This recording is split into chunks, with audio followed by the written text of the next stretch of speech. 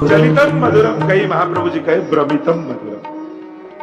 ત્રણ અર્થ ટીકામાં એમ તો આચાર્યો કરે છે. ભ્રમણ એટલે બ્રહ્મમાં નાખવું પ્રભુનું ભક્તોને, એ મધુર છે. ભ્રમિતમ મધુરમ એક અર્થ એમ તો પ્રભુનું બ્રહ્મમાં પડી જવું મધુર છે. અને ત્રીજું કહું પ્રભુનું ભ્રમણ મધુર છે, કારણ કે એનું તો ભ્રમણ સતત ભક્તોના મનોરથો પૂરા કરવા માટે થઈ રહ્યું છે. તો આ ત્રણેય પ્રકારના અર્થો કર્યા. ભ્રમિતમ મધુરમ, પ્રભુનું બ્રહ્મમાં પડવું મધુર છે. મુગ્ધ છે ને પ્રભુ, મુગ્ધાવસ્થાની લીલા પ્રભુ કરે, અને પ્રભુ જે લીલા કરે એ પરિપૂર્ણ રૂપે કરે. બાલકૃષ્ણ માખણને શોધતા શોધતા મણિકોઠામાં પ્રવેશ કરી ગયા, અને માખણની મટકીઓ ત્યાં ઠાકોરજી માટે સાચવીને રાખેલી છે. યશોદાજી ભૂખ લાગી, આજુબાજુ કોઈ દેખાયો નહીં, તો ઘૂંટણિયા ભરતા ભરતા ભરતા ભરતા મણિકોઠામાં ગયા, અને આખો ઓરડો અનેક સુંદર સુંદર મણિઓથી જડિત છે. સુંદર થાંભલાઓ છે, મણીથી જડેલા છે. અને જ્યાં પ્રભુએ પ્રવેશ કર્યો, અંધારામાં શોધતા શોધતા માટલું હાથમાં આવ્યું, લીધું માખણનું માટલું ખોળામાં, અને જ્યાં અંદરથી હાથ નાખી અને મોઢામાં મૂકવા જાય એટલામાં થાંભલામાં મણીના બિંબમાં ઠાકોરજીને એમનું પ્રતિબિંબ દેખાયું. એ મણીમાં એક બાલક દેખાયું જે માખણ ખાઈ રહ્યું છે. અને થયું, અરે તું અહીંયા ક્યારથી બેઠો છો? મને થયું કે હું એકલો છું. અને જોજે હો, હું માખણ ખાતો હતો એ મૈયાને કહેતો નહીં, અને તું ના કહે એના માટે તારે માખણ જોઈતું હોય તો તને આપું. અને અંદરથી લોંદો કાઢી એ મણીમાં પોતાનું પ્રતિબિંબ દેખાતું હતું ને, એના ઉપર માખણ ચોપડવા લાગ્યા ઠાકોર. ભ્રમિતમ મધુરમ, આવા સર્વજ્ઞ પ્રભુ આવા અજ્ઞ બની અને પોતાના પ્રતિબિંબની સાથે ખેલે, કેવું માધુર્ય પ્રગટ થાય. આ એમની મુગ્ધતામાં માધુર્ય છે.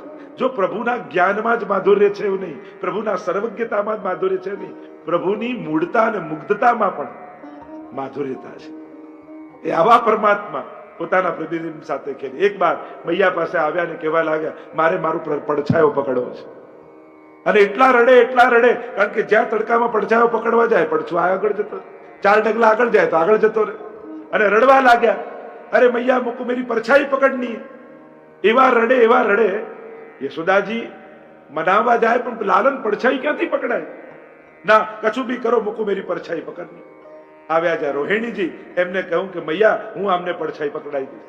અરે કેમ કરીને પકડાય? ત્યારે રોહિણીજીએ ઠાકોરજીની ચોટી એમના હાથમાં આપી દીધી, કહ્યું આ પકડ. પકડી અને હવે પડછાયામાં જો, અને દેખાયું કે જાણે પડછાયો પકડી લીધો.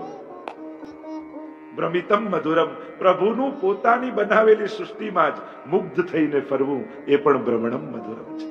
ભ્રમિતમ મધુરમ છે. ત્યાં ભક્તોને બ્રહ્મા નાખવા. મોટા મોટા દેવતાઓ પણ બ્રહ્મમાં પડી જાય. છાક લીલાના દર્શન કરતા કરતા બ્રહ્માજી જેવા પરમ જ્ઞાની, સર્વજ્ઞ કહી શકાય, જ્ઞાનનું મૂળ જેમને કહી શકાય, એવા બ્રહ્માજી પણ મુગ્ધ થઈ જાય છે, બ્રહ્મા પડી જાય છે. આ ભગવાન હોય, આ ઈશ્વર હોય, બ્રજ ભક્તોનું હેઠું, આ ગોવાળિયાઓનું હેઠું ખાનારો ઈશ્વરનો. આજ પ્રભુનું ભ્રમિતમ મધુરમ છે. મોટા મોટા દેવતાઓ હોય, એ ઇન્દ્ર હોય, ઇન્દ્રને ભ્રમ થયો કે લોકો મારો યજ્ઞ બંધ કર્યો, આ કૃષ્ણ છે કોણ? બ્રજવાસીઓને ડુબાડી દઈશ. અને એ બ્રહ્મને દૂર પરમાત્માએ કર્યો. એ રીતે આગળ પણ અનેક પ્રકારના દેવતાઓનું દમન કર્યું છે. એટલે શ્રીનાથજીનું નામ દેવ દમન પડ્યું છે. એ દેવતાઓના ભ્રમને દૂર કરે છે. એ મોટા મોટા મુનિઓના ભ્રમને દૂર કરે છે. એ ઋષિઓ પાસે ભોજન મંગાવ્યું, ના આપ્યું, અને ઋષિ પત્નીઓએ ભોજન આપ્યું. ત્યારે જ્ઞાન થયું, એમનો ભ્રમ દૂર થયો કે જેના માટે હજારો વર્ષથી તપ કરી રહ્યા છે, એ પરમાત્માની સેવાનો અવસર મળ્યો અને અમે ચૂકી ગયા. જો ઘણીવાર વર્ષોની સાધના ન તારે, એ ઘણીવાર મળેલી તકો તારી દેતી હોય છે. જીવનમાં ઘણીવાર એવી અવસરો મળી જતા હોય, એવી તકો મળી જતી હોય, અને જો માણસ એને ઝડપી લે ને તો એ તરી જાય. વર્ષોની સાધના રહી જાય, તકો તારી જાય. અને એટલા માટે પ્રભુ સંબંધી મળેલી અલૌકિક તકો ચૂકી નહીં જવી, અવસરો ગુમાવી નહીં દેવા, કારણ કે અવસર બેર નહીં આવે. આ તો તકો હોય, તૈયાર હશો તો ઝડપી લેશો. ઋષિ પત્નીઓ કૃતાર્થ થઈ, મુનિઓ ચૂકી ગયા, બ્રહ્મા પડી ગયા કે આ ઈશ્વર નથી. એ રીતે ફલવાલી બાઈનો પ્રસંગ આવે છે. આખો દિવસ માથા ઉપર ટોકરા પર ફલ લઈને ફરતી રહી, ફલ લો ફલ લો ફલ લો, પણ આજે એકે ફલ ન વેચાય. ધમધમતો તાપ છે, થાકી ગઈ છે. નંદાલયના ચોકની બહાર આવીને બેઠી ઓટલે, ટોકરો ઉતાર્યો નીચે, મનમાં અફસોસ કરવા લાગી, આખો દિવસ ફરી આવા તડકામાં મારું એકે ફલ ન વેચાયું. હવે ઘરે જઈને હું શું કરીશ, શું જવાબ આપીશ? બાળકો પૂછશે કે શું લઈને આવ્યા, તો શું કહીશ? પણ મનોરથો પૂરા કરનારા તો ઠાકોરજી છે.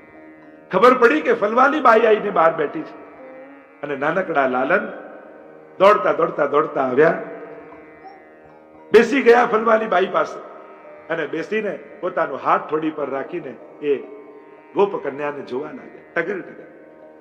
અને થાકેલી બાઈને નેત્રો ખુલ્યા અને દ્રષ્ટિ પડી આ શ્યામ સુંદર ઉપર.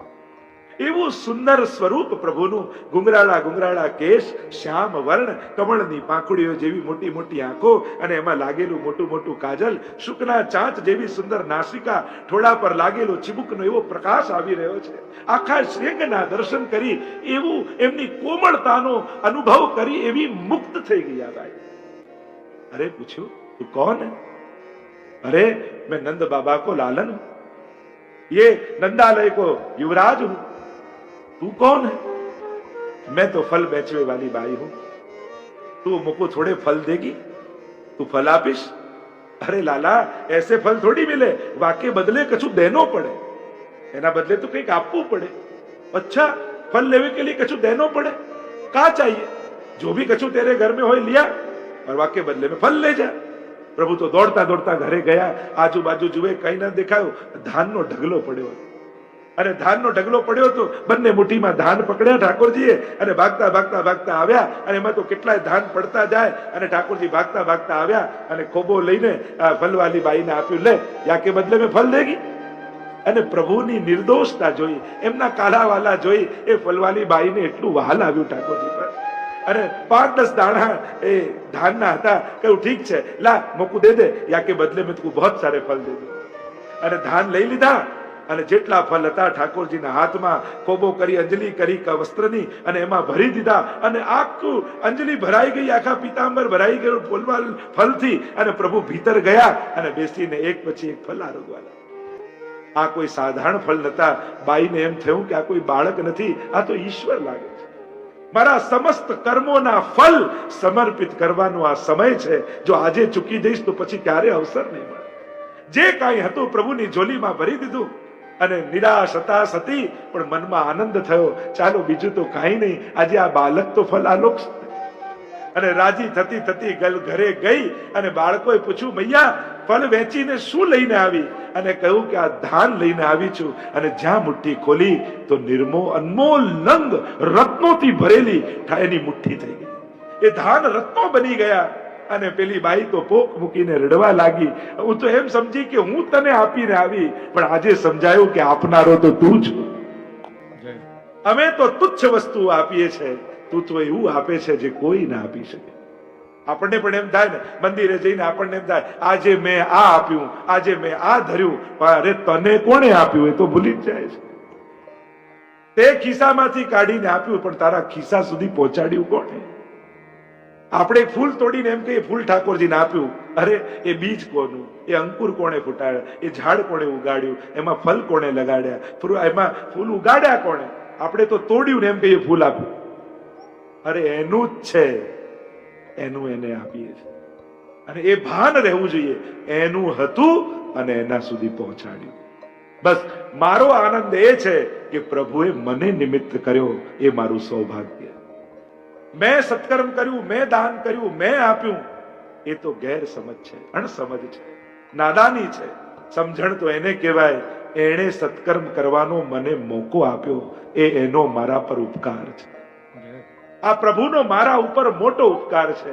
એને તો કરાવવું હોત તો કોઈની પાસે પણ કરાવી શકે. એને આ કથા પ્રભુને કરાવી હોત, કદાચ તમે બધામાંથી કોઈ મનોરથી ન થયું હોત તો કથા થાત કે ના થાત? થાત જ ને. તમને પ્રભુએ નિમિત્ત કર્યા, તમે ભાગ્યશાળી છો. તમે પ્રભુના કૃપા પાત્ર છો કે પ્રભુએ તમને કૃપા કરી આ કથા માટે નિમિત્ત કરે. તમે હવેલીમાં રાજભોગ કરાવો અને ન કરાવો તો શું રાજભોગ નથી થવાનું? ત્યાં તો થવાનું જ છે. ક્રમ કાંઈ બંધ નથી રહેવાનું. પણ પ્રભુ સેવા કરવાનો આપણને અવસર આપે એ આપણું સૌભાગ્ય છે. અને એટલા માટે આપનારો પરમાત્મા છે. પણ પ્રભુમાં બધા જ ગુણ છે. એક અવગુણ એવો છે કે એને કારણે આપણે બધા જ કન્ફ્યુઝ થઈ જઈએ. અને એ અવગુણ એ છે, આપે છે એ પણ લેનારને પણ ખબર પડવા નથી દેતો કે એણે આપ્યું છે. આપણે તેમ કહીએ કે એક હાથ આપે તો બીજાને ખબર ન પડે. પ્રભુ તો એ રીતે આપે છે કે જેને મળ્યું હોય એને ખબર નથી પડતી કે મને મળ્યું ક્યાંથી. એને તેમ લાગે મારી બુદ્ધિ ને મારી મહેનત ને મારી હોશિયારી, મારો પરિશ્રમ. અરે દુનિયામાં ઘણા મહેનત કરનારા છે, ક્યાં મળે છે? પણ આપણા સુધી પ્રભુએ પહોંચાડ્યું, આપણને આપ્યું છે, એ એની કૃપા છે. વૈષ્ણવે તો હંમેશા જીવનમાં યાદ રાખવું, ક્યારે પણ પોતાના બુદ્ધિ બળ એનું ગૌરવ નહીં કરવું, ક્યારે પોતાના પુરુષાર્થના બળનું ગૌરવ નહીં કરવું, ક્યારે પણ પોતાનું ભાગ્ય બળ નહીં માનવું. આપણા માટે તો એક જ બળ છે અને એ છે પ્રભુનું કૃપા બળ. બસ પ્રભુના કૃપા બળે આજે જ્યાં છીએ ત્યાં છીએ. આજે અમારા હાથે, અમારા દ્વારા, અમારા પરિવાર થકી જે કાંઈ પણ થઈ રહ્યું છે એ એમની કૃપાનું કારણ છે.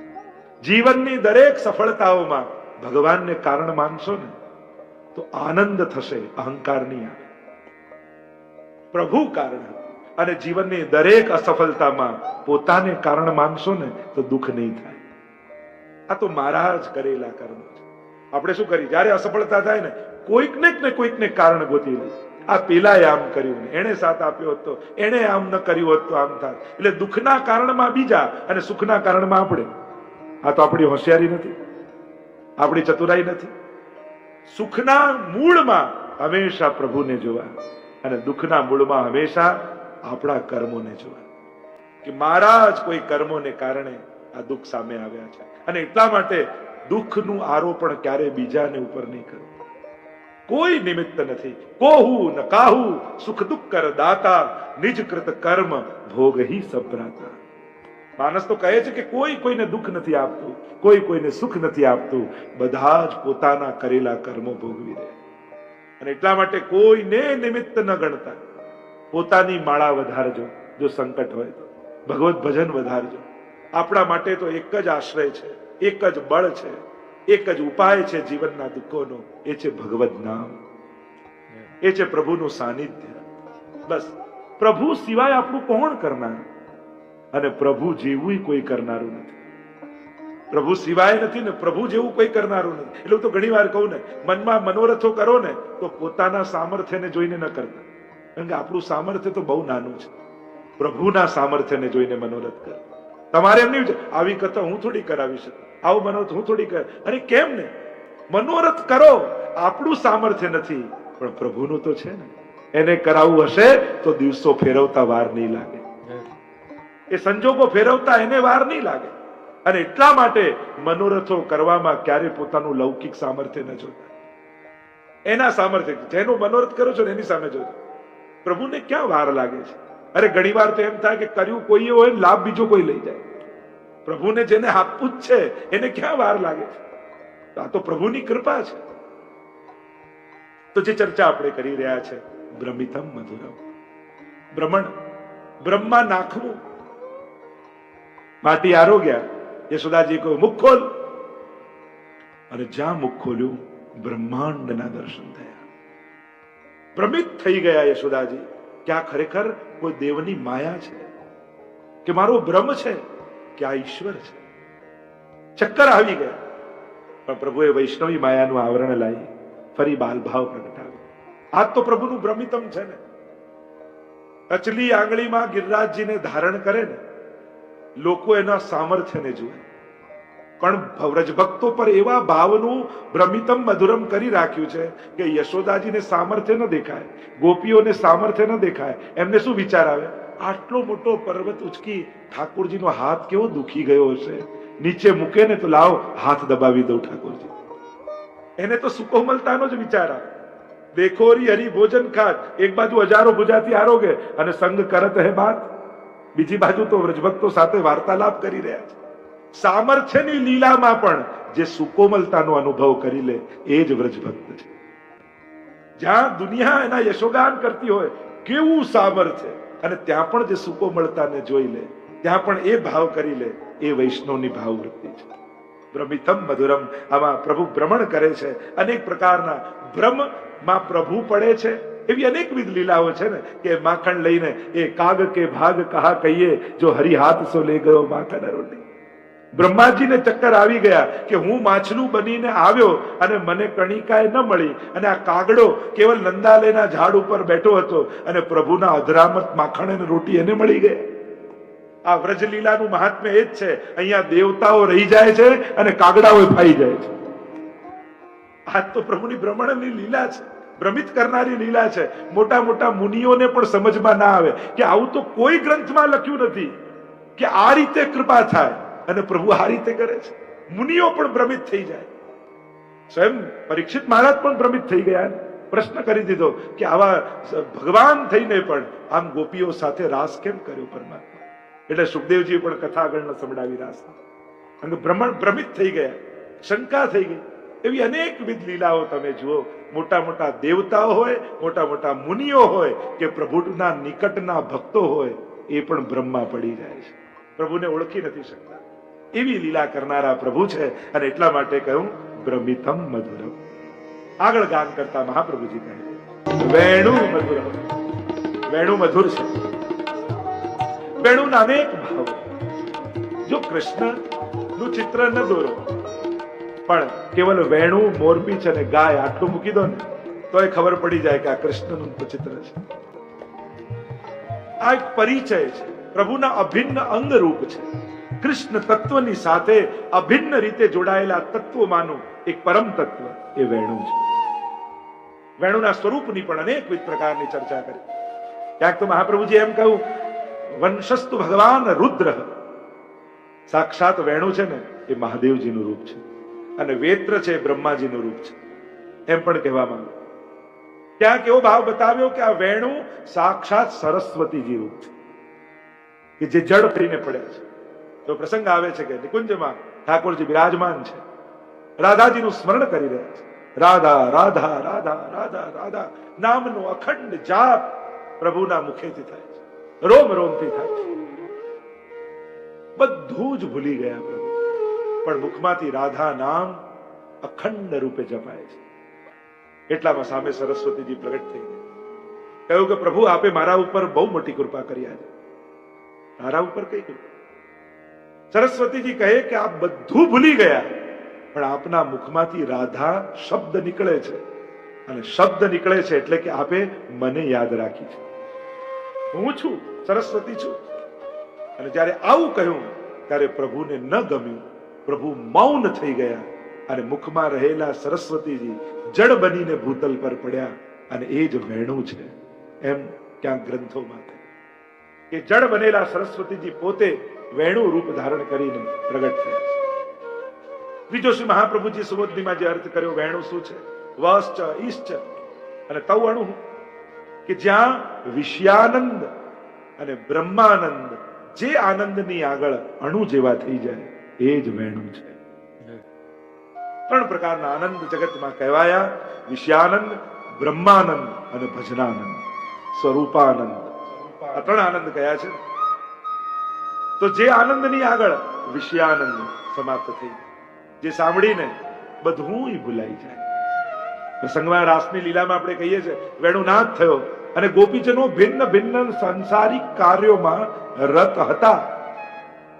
કોઈ પતિની સેવા કરી રહી હતી, કોઈ બાળકોને જમાડી રહી હતી, કોઈ દૂધ ચૂલામાં પકવી રહી હતી. વિભિન્ન કાર્યોમાં, લૌકિક કાર્યોમાં રત હતા. ચિત્ત પ્રભુમાં હતું. વેણુનાદ થયો, સંસાર ભૂલાયો, ભાગી કૃષ્ણ તરફ. કોઈએ પ્રશ્ન કર્યો મહાત્માને કે આવું સંભવ છે કે અડધી રાતના કોઈ વેણું વગાડે અને લોકો ઘર બહાર છોડીને જંગલમાં જતા રહે? મહાત્માએ કહ્યું આ તો જંગલની કથા છે, ત્યાં ચાલો તો જવાબ આપો. ચાલો ચાલો હમણાં જંગલમાં પહોંચી ગયા. બતાવો મહાત્મા આવું સંભવ છે? ત્યારે મહાત્માએ કહ્યું કે જો વેણું સાંભળીને લોકો ઘર બહાર છોડીને વનમાં આવે તો પછીની વાત, પણ એ કથામાં તમને એટલો રસ આવ્યો કે અડધી રાતના ઘર બહાર છોડીને જંગલમાં આવી ગયા, તો પછી વેણું જેને સાંભળી હોય એ પહોંચી જાય એમાં શું આશ્ચર્ય છે? બહુ સહજ છે. આપની આ વેણુ અમારા ચિત્તને હરનારી છે. અનેક અનેક ભાવો ગોપીજનો તો વિરોધ કરે છે.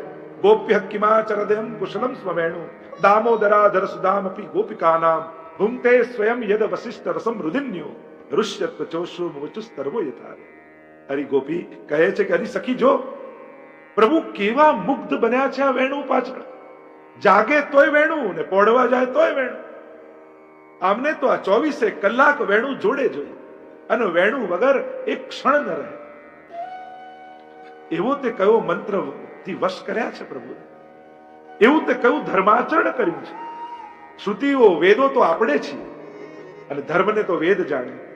એવું તે કયું ધર્મ આણે કર્યું વેણુએ કે જે આપણે જાણતા નથી. જુઓ જુઓ કેવા વશ કર્યા છે. પોતાના અધરોના કોમલ કોમલ તકિયા ઉપર વેણુને પધરાવે છે ઠાકોરજી.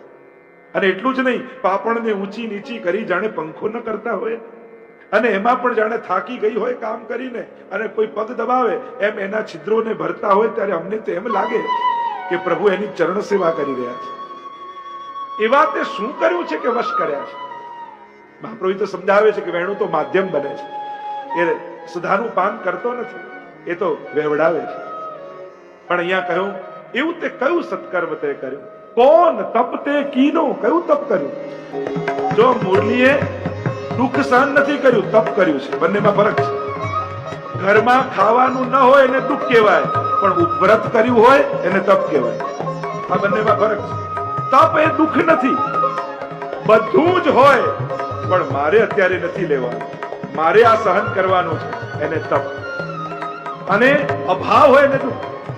કાંઈ જમવાનું ન હોય કે આજે મારું વ્રત છે, આને વ્રત ન કહેવાય, આને તો ભૂખ્યા છે કહેવાય, આને તો દુઃખ કહેવાય. દુઃખ અને તપમાં ફરક છે. દુઃખને ક્યારે પણ તપમાં ન ખપાવશો અને તપને ક્યારે દુઃખમાં ન ખપાવશો. તપનો આનંદ હોય છે. આ તો આનંદ માણી રહી છે. પ્રભુને લાયક થવાની પ્રક્રિયામાંથી પસાર થવું એનાથી શ્રેષ્ઠ બીજો કોઈ આનંદ. કારણ કે એને ખબર છે પ્રત્યેક કરેલું તપ મને પ્રભુને લાયક બનાવી રહ્યું છે. જીવનમાં જે જે તપ કરો છો, એકાદશી કરી, બધું જ હતું, બધી સગવડતા, બધી સુવિધા હતી, આજે મારે નથી લેવાનું. કેમ? મારા વ્રતથી ઠાકોરજી રાજી થવાનું છે અને એ રાજી થાય તો હું ભૂખ્યો રહેવા તૈયાર છું. આ તમારું તપ છે. મારે આજે આ નથી પહેરવાનું, મારે આજે નથી ઓઢવાનું, આજે મારે અહીંયા નથી જવાનું. જઈ શકત, કોઈ રોકનારું નથી, પણ મારે તપ કરવું છે. એટલે તપને દુઃખમાં ન ખપાવશો. ભગવદીઓ દુઃખી નહોતા, તપસ્વીઓ હતા. કુંભનદાસ ઈચ્છે તો કેટલું લઈ શકે તત્પર પાસેથી, માનસિંહ પાસેથી. એમને ક્યાં દુઃખ કમી છે? જોઈતું હોય તો થઈ જાય, પણ એ તપસ્વી છે, વૈષ્ણવ છે, પ્રભુને લાયક થાય છે. અને એટલા માટે તપ તે કયો, તે દુઃખ વેઠ્યું નથી કહ્યું, એને તપ કર્યું. પ્રભુને વશ કર્યા, જીવનમાં એ જ જસ મળ્યો. બે જણાએ વશ કર્યા. गिरधर एक गोपी प्रेम की ध्वजा जिन गोपाल कियो वश उर्धरी श्याम गजा. ગોપીઓને વશ થયા અને વેણુને વશ થયા. એવું તે કયું તપ કર્યું? વેણુ કહે બીજું તો કાંઈ તપ નથી, પણ પ્રભુને પ્રિય એટલા માટે થઈ છું કે પ્રભુ જેટલું વગાડે ને એટલું જ વાગું છું. મારા સ્વર ભરતી નથી, સંપૂર્ણ શરણાગતિ છે. ભીતરથી ખાલી છું, ભીતર કાંઈ ભર્યું નથી. એટલા માટે પ્રભુને પ્રિય છું. કારણ પ્રભુને તો નિર્દોષ અને નિશ્ચલ જનો જ પ્રિય છે. જે ખાલી હોય, જે બહુ જ્ઞાનથી પણ ભરેલા હોય ને, ઘણીવાર એનો જ્ઞાનનો ભાર નીચે એ દબાઈ જાય. અને ઘણીવાર નિર્દોષ, આપણે ત્યાં તો વાર્તા સાહિત્યમાં પણ કેટલા કેટલા પ્રસંગો આવે. પેલા બેનને ગુસાઈજીએ કહ્યું કે તું બોલ શ્રી કૃષ્ણ શરણમ. એને આવડે જ નહીં. કહ્યું મારું નામ આવડે છે, 3 વાર બોલ, અને કંઠી ધરાવી દીધી. એના પર કૃપા થઈ. એવા તો કેવાય નિર્દોષ જનો ભક્તો. ગોરજા સમરાઈનો પ્રસંગ આવે, સાસુને બધી સેવા આવડતી હતી, છતાંય ક્યારે ઠાકોરજીએ કૃપા ન કરી. બહુને કાંઈ નતું આવડતું, છતાંય ઠાકોરજીએ કૃપા કરી. પ્રભુ તો આ પુષ્ટિનો ભક્તિનો માર્ગ તો એ જ છે. નિર્દોષતામાં પણ પ્રભુને ઘણીવાર આનંદ હોય છે. એટલે ક્યારેક બહુને સેવા સોંપીને જાઓ તો ટેન્શનમાં ન જતા. એનું ન આવડવું એ પણ પ્રભુને પ્રિય છે. આપણે એમ થાય કેમ કરશે, કેમ કરશે, આવડતું તો છે જ નહીં. અરે ઠાકોરજીને ઘણીવાર એ આનંદ લેવાનો આનંદ હોય છે કે આજે કાંઈ આને નથી આવડતું, લાવો જોઈએ કેવી રીતે સેવા કરે. એ કુતૂહલતાથી પ્રભુ આનંદથી સેવા અંગીકાર કરતા. તો આ ભક્તિનો માર્ગ આવ્યો છે. આ વેણુ કેવી છે. અનેક અનેક અર્થો અષ્ટયામમાં તો પણ તમે જુઓ, વેણુ જુદા જુદા ભાવથી ઠાકોરજી 4 વાર વેણુને શ્રીહસ્તમાં ધારણ કરે. શિંગારમાં, રાજભોગમાં, સંધ્યા આરતી સમય અને શયન સમય. ચારે સમયે ભાવ જુદા. મંગળા સમય જ્યારે ઠાકોરજી ધારણ કરે, શિંગાર સમય જ્યારે ધારણ કરે, ત્યારે સ્વામીજી અને દેવાંગનાઓને ઠાકોરજી મોહિત કરે છે. એ વેણુનાદ કરી શિંગાર સમય. જે સમયે રાજભોગ સમયે ઠાકોરજી વેણુ વેત્ર ધારણ કરે, ત્યારે પ્રભુ વેણુ ચંદ્રાવલીજી અને અન્ય જીવોને મોહિત કરવા માટે વગાડે છે. પ્રભુનું એ વેણુ વગાડવું દરેક વખતે જુદા ભક્તોના નિરોધ માટે છે. સંધ્યા આરતી સમયે ગાયોને મોહિત કરે, ગોપીઓના વિરહ તાપને દૂર કરવા માટે પ્રભુ વેણુનાદ કરે છે. અને શયન સમયે વ્રજભક્તો અને પક્ષીઓને મોહિત કરવા માટે ઠાકોરજી વેણુનાદ કરે છે. એમ પ્રભુનું દરેક વખતનું વેણુ વગાડવું એક જુદા ભક્તોના ભાવોને પૂર્ણ કરવા માટે છે. આ વેણુના કથા અને ગાથા, કારણ કે આપણે ત્યાં કે વેણુ, રેણુ અને ધેનુ, આ ત્રણેયનું માધુર્ય એવું છે કે આ ત્રણેયના માધુર્યને કારણે પ્રભુની મધુરતામાં અધિકતા થાય છે, વધારો થાય.